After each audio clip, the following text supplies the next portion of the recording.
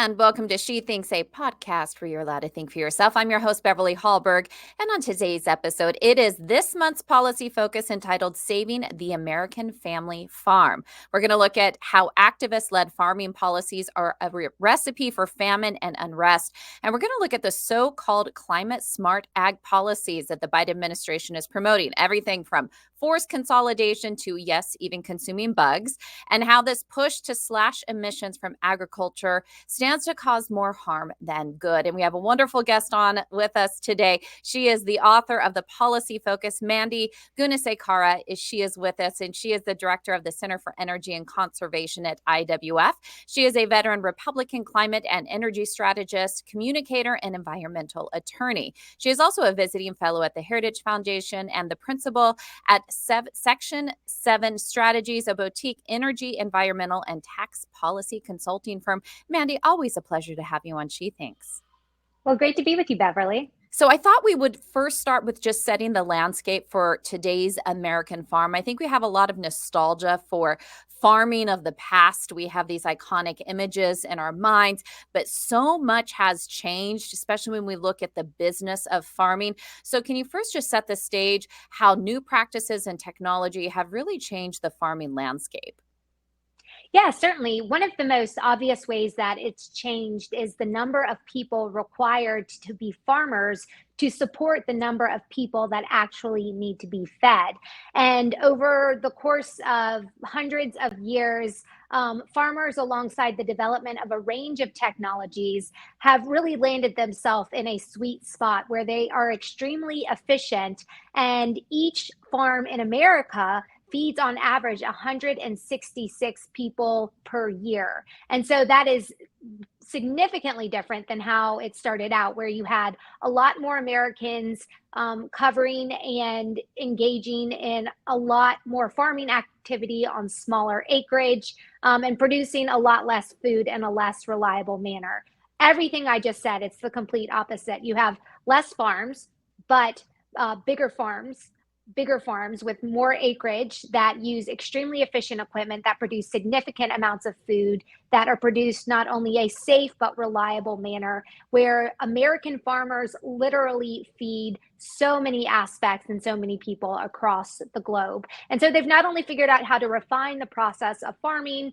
One thing I do want to note, Beverly, a lot of the nostalgia around American farming is tied to that family farm experience. And we still today, even with the change in the landscape, the change in the technology, and the size of the farms, most American farms, over 80%, are still family-owned enterprises. So it's still very common to walk out on a farm and see three generations of Americans working side by side, passing down learned wisdom that they've cultivated over hundreds of years on a family farm operation, but integrating that with advancements and the potential of modern technology. So when we hear people say that American farming as we knew it is dying, is that an accurate statement? I know you're talking about the transition, but is the American farmer, think of that family farm, is it struggling now more than it used to?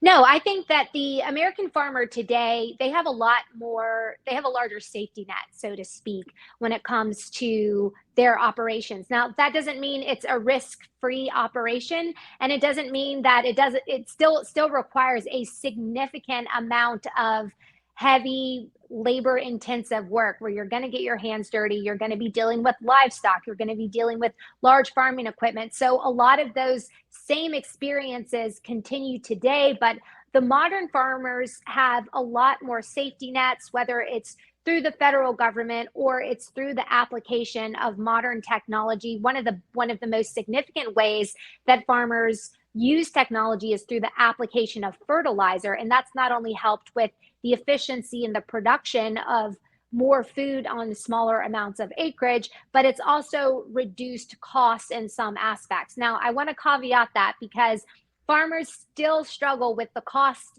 of doing business. And anytime you see an increase in the cost of energy, other than labor, the cost of energy tends to be one of the highest cost components of working on a farm. When you see an increase in the price of energy, especially diesel and natural gas, which is directly tied to the cost of fertilizer. It makes it much harder for the farmer to balance to work out their balance sheets, so to speak. What about when the government does often suggest what farmers should grow, whether that there's more subsidies they get for growing soybeans or corn? How has that changed the landscape of farming? Well, certainly the government has an oversized influence on what farmers are farming. One example is soybeans and corn have, uh, a lot of farmers have significantly shifted from, I'll characterize it as a more boutique farming experience, to really investing in and cultivating a lot of these massive cash crops by virtue of federal government preferences. So the federal government says they're going to pay you more to plant X, Y, and Z. A lot of farmers will take that deer for a variety of reasons, but it's the federal government. Why is it that they're encouraging certain types of crops over others? In the instance of corn, for example, there's a program called the Renewable Fuel Standard, where America takes a portion of the corn produced in the country and turns it into fuel. And it's created this massive subsidy, this massive program that actually influences what farmers are planting versus what perhaps the food demands would otherwise require. So there's a significant impact and influence from the federal government on how farmers choose what they're going to grow and how much of it. And you talked about just how energy policies can impact farmers, specifically when it comes to diesel fuel. I always think it's quite laughable when you think about farmers using EVs, electric vehicles, to work on their farms. But it's not just that. There is also this idea of having climate smart agriculture. So there is a Department of Agricultural initiative. You talked about this in the policy focus, which, by the way, people can go to IWF.org and get that policy focus. But it's called Climate Smart Ag. And this is an initiative that promises to cut U.S. agricultural emissions while still keeping up with food production. Tell me a little bit about this initiative, and is it working? Yeah, so climate smart ag, it sounds innocuous. Maybe it sounds like something good. What the Biden administration has proven very good at doing is labeling things or marketing things so they sound good, but they kind of misrepresent what they're actually doing. And this is the case with climate smart ag. What they are pushing at the end of the day is this wholesale transition of how farmers go about farming, produced harvests, and harvest the food. And then there's also alternatives. You alluded to this earlier, but there's efforts to change what you and I eat with this push towards bugs as a protein source. And we can get more into that later. But with regard to climate smart ag, the USDA is pushing this initiative. Basically, they're saying, here's a pile of money, farmers. If you partake in these experimental actions where we, the bureaucrat, think you're going to not only be better at farming, but you're going to reduce your overall environmental footprint, here's a pot of cash that you get to have a portion of. And so USDA is pushing these practices that are more aligned with what you would call natural solutions or green farming, meaning going back to how farming was done so many years ago when farmers were more susceptible to changing weather patterns, and we had a much less reliable food system to feed this country and the rest of the world. So smart ag is trying to push these ideas that farmers have rejected for a long time because they haven't proved beneficial on the food front, and they haven't necessarily proven beneficial on the environmental front. They're also pushing some of these policies that are extremely experimental. And the only reason farmers are willing to potentially buy in is because it comes with a massive federal subsidy on top of it. But the problem is, we've seen how this plays out, and it is not good.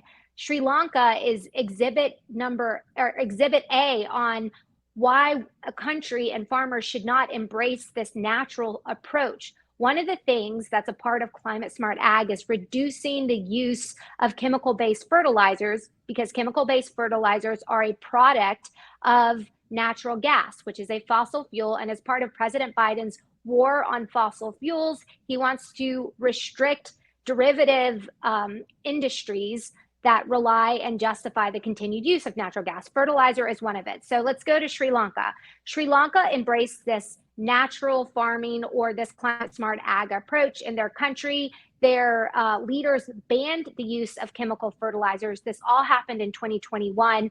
And what happened is something anyone in their right mind could have predicted, is that the natural fertilizer didn't produce the same amount of crops, and they produced 60% less of their staple crop, which is rice, not just staple for their economy, but also feeding local people. So you had famine, economic unrest, and at the end of the day, the entire country imploded with their top leader fleeing the country as the consequences of embracing natural solutions when it comes to farming actually played out. So it's a really bad idea. The Biden administration is trying to rebrand it here in the United States, but again, they're pushing techniques that U.S. farmers have largely rejected for many years because they've proven unreliable and unhelpful in continuing to put out safe, reliable, and environmentally aware food products in the United States. I want to pick up on a word that you said there. You said safe food.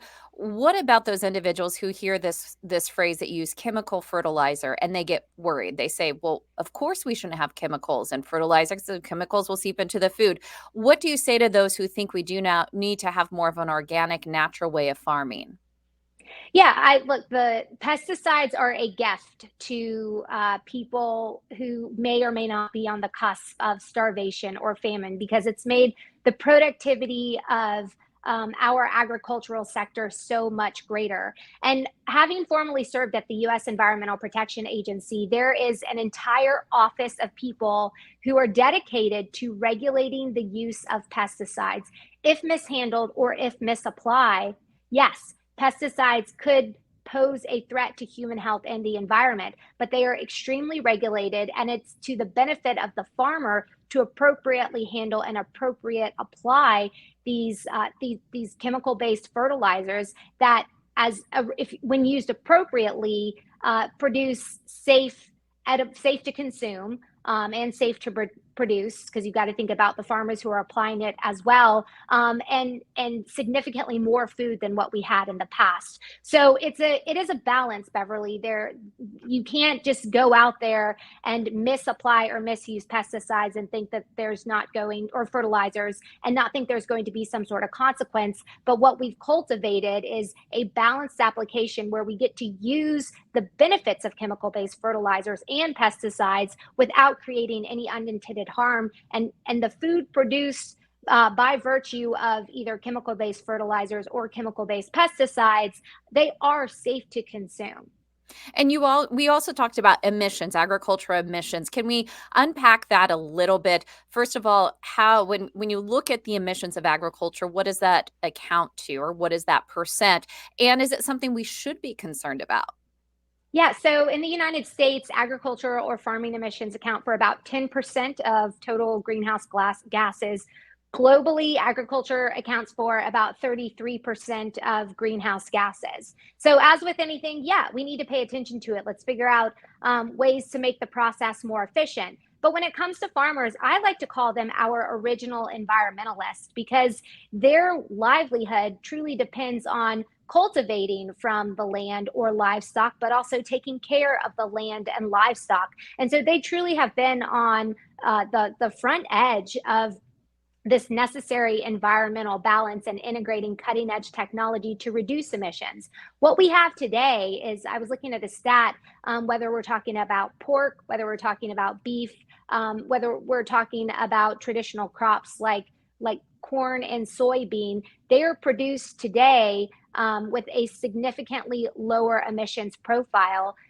Farmers have produced most of these units of food's emission profile. I know I'm throwing around a lot of terms here, but they've reduced emissions affiliated with the production of this type of food and crop and livestock by 24%.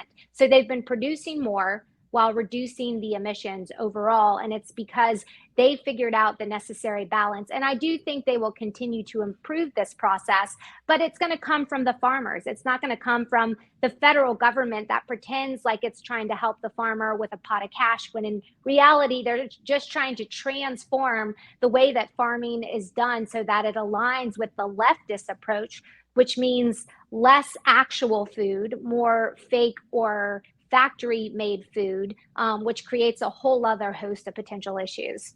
I think the factory created food is such an interesting side of this. So the plant-based beef, the fake meat that we often see, it's coming also from the same people who are saying that you shouldn't use chemical fertilizers and pesticides, that everything has to be natural, but yet they don't want us to have natural meat. They want that to be made in a lab. How do they use those two different lines of logic and say that it adds up at the end of the day? Well, it's inconsistent. And I think it's the result of some savvy marketing on the side of Team Biden and some of their marketing friends. But this is really interesting, Beverly. I saw this and it kind of piqued my interest. So, as the lab grown meat was being cultivated and it's being submitted for approval by various agencies for consumption here in the United States, the regulators weren't sure if lab grown meat should be characterized as a food product or as a pharmaceutical product, because right now the process is such that it's essentially grown in the same way that certain types of drugs are grown, and so those are very clearly fall into the pharmaceutical category versus food. So it's just interesting to think about. Those who want to eat clean, so to speak, should probably steer clear of lab grown meat, because it has a lot of unnatural processes in it that are required to produce it. And the other thing too is, folks try to dismiss and say, well, we're doing this because it's better for the environment. That may not be the case either, because the process, especially for lab grown meat, I'm not talking about Impossible Burger and some of the plant based alternatives. I'm talking about lab grown meat specifically. I just want to be clear here. It requires so much energy to actually grow it to where it's some unit of desirable consumption, that it actually takes more energy to make the fake lab grown meat than it does to just raise cows responsibly, and then take them to the slaughterhouse and turn them into the various products that we consume nationwide. And what if we have a listener right now who has a child who's in middle school or high school, and that child comes home and says, Mom or Dad, we need to stop eating meat in order to save the environment? What do you say to this myth that one must not eat meat if they want to save the earth? Yeah, I think it's having that conversation with your kids, saying, "Well, what did you hear? This is they can come to IWF and they can look this up, and all the information that we're putting into the policy focus is well cited. There's also some really good sites, the American Farm Bureau, which represents farmers from all over the country. There's a lot of really good information, but at the end of the day, yes, meat production has some impact on the environment, but what's the benefit? The benefit is access to a healthy source of protein that is necessary for a healthy way of life, and also not only consuming that here in the United States, but sharing that globally. So not eating meat isn't going to improve the environment. It's actually going to potentially create protein loss and all the problems that go along with not consuming meat in your daily life. Yes, you can take supplements for that, but that's a personal conversation. You shouldn't do it for purposes of the environment, because actually raising cattle in the way that farmers know how to do, and then the harvesting process that they go through to get a steak or a hamburger on the table, it's significantly improved over the course of time, to the point, like I said, our farmers are producing more with lower emissions of profile, and this will only continue. And something that we've seen in the past few months, past few years, is this push to get Americans and also people internationally to eat bugs. They have these insects, they'll put them on menus, try to encourage people to eat them as it's good for the environment. Is this gaining any traction, and where did this stem from? Yeah, it's interesting. It's an idea from the left that they want to end the beef industry. They want all anyone in the world to stop eating meat. And so what they're trying to do is shut down those industries, but they do understand that Americans, our bodies need protein to survive. So they've been trying to come up with alternatives, and they have landed on bugs. So this really comes from the United Nations. They have a number of various climate initiatives, but one is focused on transforming the entire food supply. And under that umbrella, they've found alternatives to the meat industry, and they've really been pushing this idea of bugs and insects. I don't think, Beverly, it's really taking off. I mean, everyone I've talked to, and I personally find it pretty disgusting. But I wouldn't be surprised that some major marketing push trying to recharacterize, just sprinkle a little bug protein on your salad and you'll be good to go. I wouldn't be surprised if something like that comes out and it does start to catch on one way or another. But all that being said, if someone wants to put the product out there in a natural market situation, let the consumers respond and cultivate demand. Don't force it via government mandates or put it out there at the same time that the federal government is busy using their resources to shutter the development and cultivation of natural meat, which is what the majority of consumers actually prefer to consume. And something that you've been talking about throughout all this today is really that we need to rely on farmers to solve any issue that we may have when it comes to agriculture, not necessarily just looking at scientists. But yet it seems that it is the international community, international leaders who are focused on just simply shutting down farms. How are they going about this? And is this something even in this country that we should be worried about? Yeah, and where this has really played out in a big way and captured a lot of headlines is the Netherlands. You may have heard of the Dutch farmer revolt. Well, what ultimately happened is that the United Nations, the bureaucrats, and the so-called scientists. There are categories of scientists. Some of them are actual scientists, but then there are the ones that are more activists aligned and misuse or misrepresent scientific work to prove a point. But a lot of those more activist aligned scientists reside at the United Nations, and they've set these standards and forced them down on countries by virtue of the Netherlands being a member of the European Union or the European Commission. So they're more susceptible to these layers of bureaucracy and this problematic standards coming from the UN. One of them was aimed at reducing ammonia emissions. And what they basically instituted was an unworkable plan where the ultimatum was stated by the leading Dutch agricultural official, basically the equivalent of the Secretary of Ag in the United States, where they said not all farmers are going to be able to continue operation. Actually, a third of them are just going to have to cease to exist. And so they put out this ultimatum, either comply or go out of business.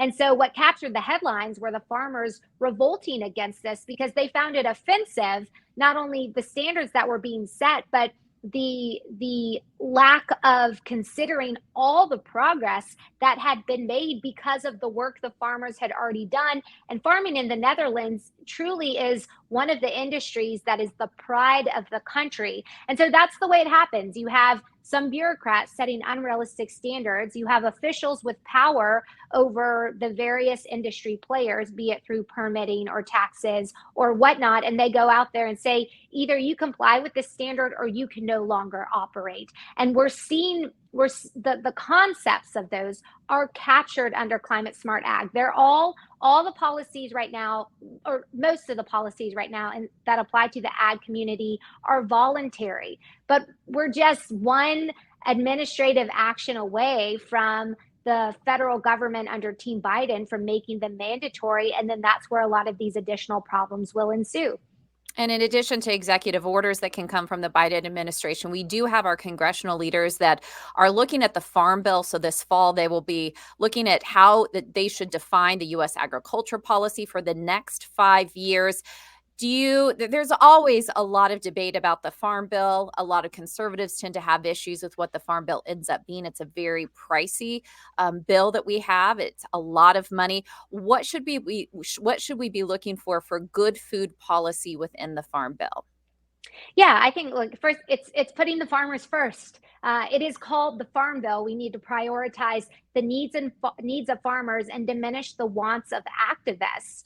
Any of the policies need to be in partnership with actual farming associations and actual farmers. I say that because there are associations in Washington, D.C. and elsewhere that pop up that may have farmer in their label, but they don't actually represent any tangible farming interests. They're essentially a front group or a shell organization.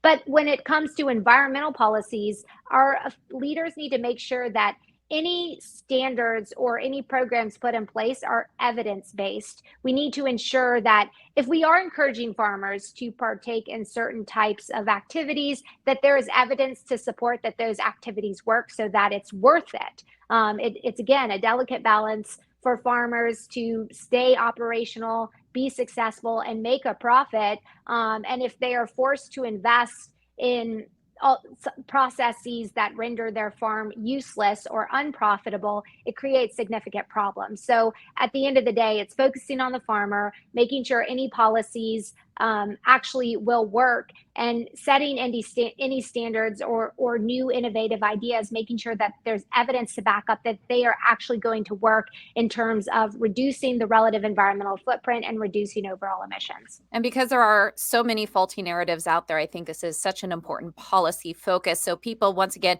you can go to IWF.org. It's called Saving the American Family Farm. And Mandy Gunasekara, thank you so much for joining us once again and for all your work on this. Yeah, thanks for having me. And thank you all for joining us. Before you go, IWF wants you to know that we rely on the generosity of supporters like you. An investment in IWF fuels our efforts to enhance freedom, opportunity, and well-being for all Americans. So please consider making a small donation to IWF by visiting IWF.org/donate. That is IWF.org/donate. Last, if you enjoyed this episode of She Thinks, do leave us a rating or a review. It does help. And we'd love it if you shared this episode so your friends can know where they can find more She Thinks. From all of us here at IWF, thanks for watching.